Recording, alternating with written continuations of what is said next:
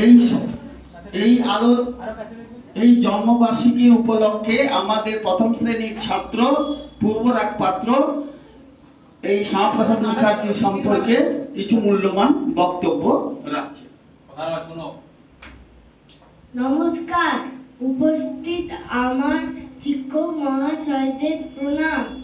আজ 6 জুলাই, আজ ডক্টর শ্যামাপ্রসাদ মুখোপাধ্যায়ের জন্মদিন। তিনি 1901 সালে 6 জুলাই কলকাতায় জন্মগ্রহণ করেন। তার বাবার নাম ছিল আশুতোষ মুখোপাধ্যায়, তার মায়ের নাম ছিল যোগমায়া দেবী। তিনি ছোটবেলা থেকেই খুব মেধাবী ছাত্র ছিলেন।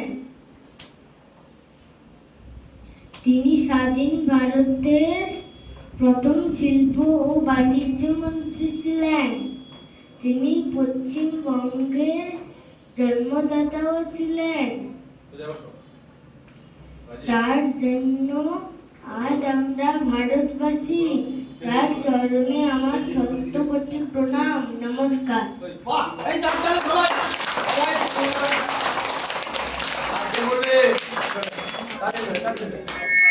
Gracias.